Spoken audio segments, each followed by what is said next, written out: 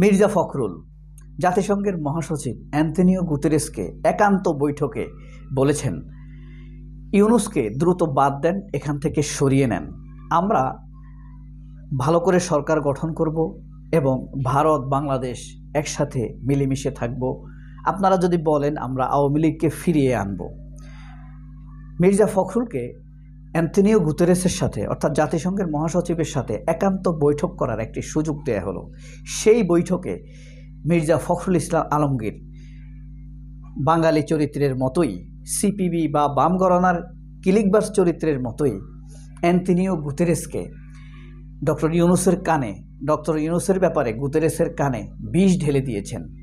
ইউনূসকে বলেন 2-1 মাস বা 15 দিনের মধ্যে দ্রুত একটি নির্বাচন দিয়ে চলে যেতে, আমরা আমাদের দেশকে সাজিয়ে নিব, আপনারা যেভাবে বলেন সেভাবে ভারত বাংলাদেশ মিলেমিশে আমরা থাকব, প্রয়োজনে আওয়ামী লীগকে ফিরিয়ে নিয়ে আসব, আর ইসলামী শক্তিকে আপনারা যেইভাবে কোপাইতে বলেন আমরা সেইভাবে কোপাবে, আপনি এই ব্যাপারে কোনো চিন্তা করবেন না। আর আমাদের সেনাপ্রধানের সাথে অবশ্যই মির্জা ফখরুলই অ্যান্তোনিও গুতেরেসকে বলে দিয়েছেন সেনাপ্রধানের সাথেও বৈঠক করবেন। সেই বৈঠকে সেনাপ্রধান কি বলেছেন?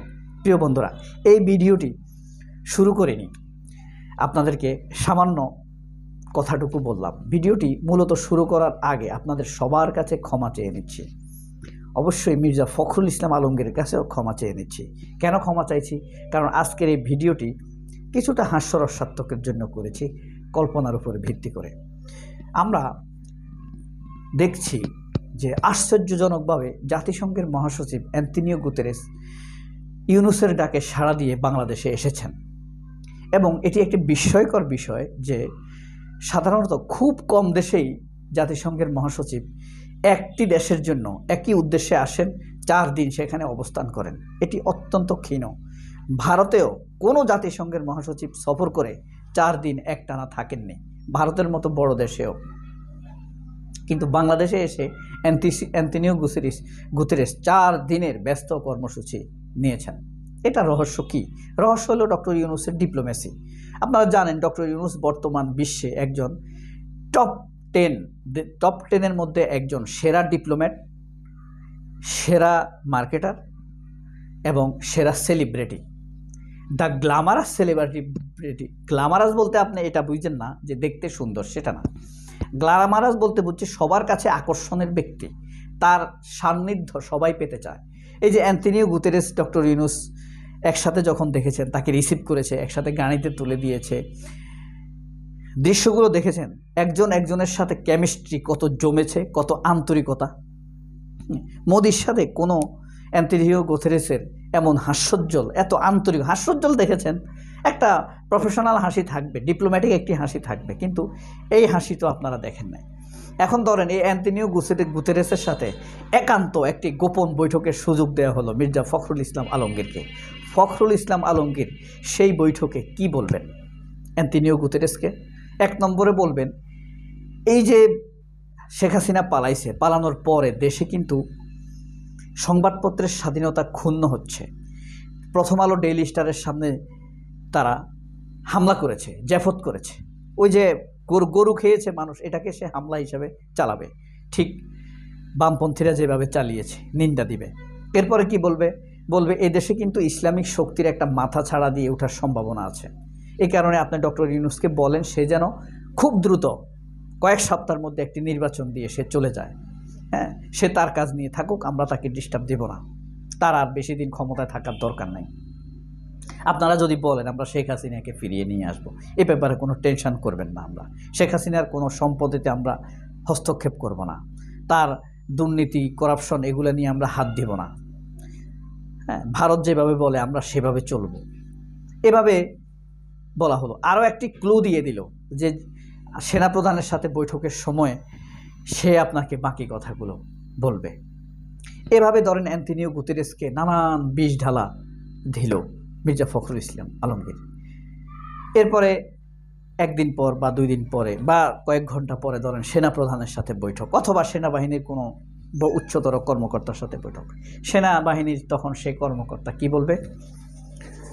তার সামনে একদম ধরেন বসে বলবে যে আমার কথা তো ভারত শুনে, আমি ভারতকে ম্যানেজে রাখতে পারবো, ব্রিটেনের সাথেও আমার মোটামুটি সম্পর্ক আছে, চীনের রাষ্ট্রদূতের সাথে আমাদের দেখা হয়েছে। সুতরাং আমরা কয়েকটি রাষ্ট্রকে ম্যানেজ করতে পারবো। আপনারা যেভাবে বলেন আমরা সেভাবে করব। শেখ হাসিনাকে ফিরিয়ে আনার ব্যাপারে আমার একটি উদ্যোগ রয়েছে, আর আমি তাকে 5 আগস্ট কমিটমেন্ট করেছি, আপনাকে আমি পরিস্থিতি সামাল দিয়ে আপনাকে আমি ফিরিয়ে আনার ব্যবস্থা করব। প্রয়োজনে দেশে রক্তের বন্যা বয়ে দিব, উলটপালট করে দিব, বিভ্রান্ত করে দিব, পাগল হয়ে যাবে ক্ষমতায় বসে শপথ নিয়ে উপদেষ্টারা। ইন্টারিম গভর্নমেন্টে আমরা পাগল করে দেব। হ্যাঁ, এই তথ্য একদিক দিয়ে সমাধান করব, মানে হাকিম হয়ে হুকুম করব, ওজা হয়ে ঝাড়ব। তারা টেরই পাবে না দেশে কি ঘটতে যাচ্ছে। এসব দিয়ে মোটামুটি তাদেরকে উন্মাদনা, অ্যারেস্ট করা, ছেড়ে দেওয়া। আর আপনি তো দেখেছেন আমি কিভাবে শেখ হাসিনার কথা রাখার চেষ্টা করেছি।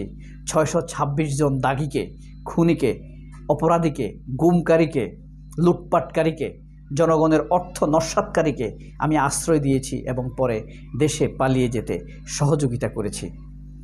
আমি কি না করেছি, শেখ হাসিনার জন্য সবই করেছি, শেখ পরিবারের জন্য সব সামাল দিয়েছি। বিএনপিকে ম্যানেজ করেছি, চীনকে ম্যানেজ করেছি, ভারত আমার হাতে আছে, রাশিয়া আমার সাথে যোগাযোগ রাখছে, ভারতীয় সেনাবাহিনীর সাথে যোগাযোগ আসছে। আমি দেশকে স্থিতিশীল করতে পারবো।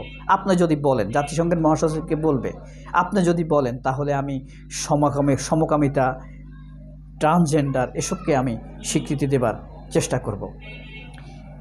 এইসব বলে ধরেন জাতিসংঘের মহাসচিব অ্যান্টনিও গুতেরেসকে একটি নর্মালাইজ ইউনেস্কোর কাছ থেকে সরিয়ে আনার চেষ্টা করা হলো। এর মধ্যে প্রতি 12 ঘন্টা পর পর অ্যান্টনিও গুতেরেসের সাথে কিন্তু তার নিরাপত্তা কর্মী, স্বাস্থ্যকর্মীরা যোগাযোগ করে। তারা এই 2টি বৈঠক শেষ হওয়ার পরে নিরাপত্তা কর্মীরা ফোন দিয়েছে, স্যার আমরা আপনাকে নিয়ে খুব বেশি চিন্তিত নয়, আমরা জানি আপনি ডক্টর ইউনূসের সাথে আছেন, আপনি ডক্টর ইউনূসের সাথে খুব রিল্যাক্স ফিল করেন, ডক্টর ইউনূসের সাথে দেখা করা আমাদের জীবনের একটি সাধনা ছিল। এটা শুনে অ্যান্টনিও গুতেরেস আবার বেঁকে বসেছেন। হ্যাঁ, আর রিয়েলি তো ইউনূসের সাথে থাকা আসলে তো আনন্দদায়ক। ইউনূসের সাথে 2 মিনিট সময় কাটালে অ্যান্টনিও গুতেরেসের ভালো লেগে ওঠে। একজন ইউনূসকে চিনে কেমন মানুষ অ্যান্টনিও গুতেরেসই চিনতে পারে। একজন ইউনূসকে মূল্যায়ন করতে পারে একজন অ্যান্টনিও গুতেরেস, একজন ডোনাল্ড ট্রাম্প, একজন জো বাইডেন। আবার ধরেন নিরাপত্তা কর্মী ফোন দিল অ্যান্টনিও গুতেরেসকে, your highness, your excellency Antonio Guterres, the secretary general of UN, আমরা আপনাকে ডিস্টার্ব দিচ্ছি না, কারণ আমরা নিরাপত্তা কর্মী, আমরা জানি ইউনূসের সাথে আপনি মানসিকভাবে খুব নিরাপদ বোধ করছেন, যে কারণে আপনাকে ডিস্টার্ব দিচ্ছি না। অ্যান্টনিও গুতেরেস এগুলো শুনে আবার ইউনূসের সাথে বসলেন, বসে আলাপ করলেন। কার সাথে কি আলাপ হলো, কি হলো, যতটুকু বলা যায়, ডিপ্লোমেসির ব্যাপার আছে তো, সিক্রেসির ব্যাপার আছে, যতটুকু বলা যায়। তখন ইউনূসকে বলে দিলেন, এই দেশের স্থিতিশীলতার জন্য আপনার যদি 5 বছর প্রয়োজন হয়, আপনি 5 বছর ক্ষমতা থাকেন, দেশের মানুষ যেন অধিকার পায়, ভবিষ্যতে যেন এমন স্বৈরশাসক আসতে না পারে, ভবিষ্যৎ স্বৈরশাসক যারা গণতন্ত্রের পক্ষে অন্তরায়, গণতন্ত্র সম্ভাবনার ক্ষেত্রে অন্তরায় হয়ে দাঁড়ায়, এমন বিরোধী দলরা বা এমন লোকরাও যেন ক্ষমতায় আসতে না পারে, সে ব্যাপারে সতর্ক থাকুন, আমরা আপনাকে সহযোগিতা করব। এমন কি হতে পারে, যদিও কাল্পনিক, বাঙালির চরিত্র কিন্তু 20 ডালা খোঁচা লাগানো। আপনাদের সাথে আমার কল্পনা কতটা মিলেছে। সবাই অনেক ভালো থাকবেন, আল্লাহর রহমতে ভালো থাকবেন,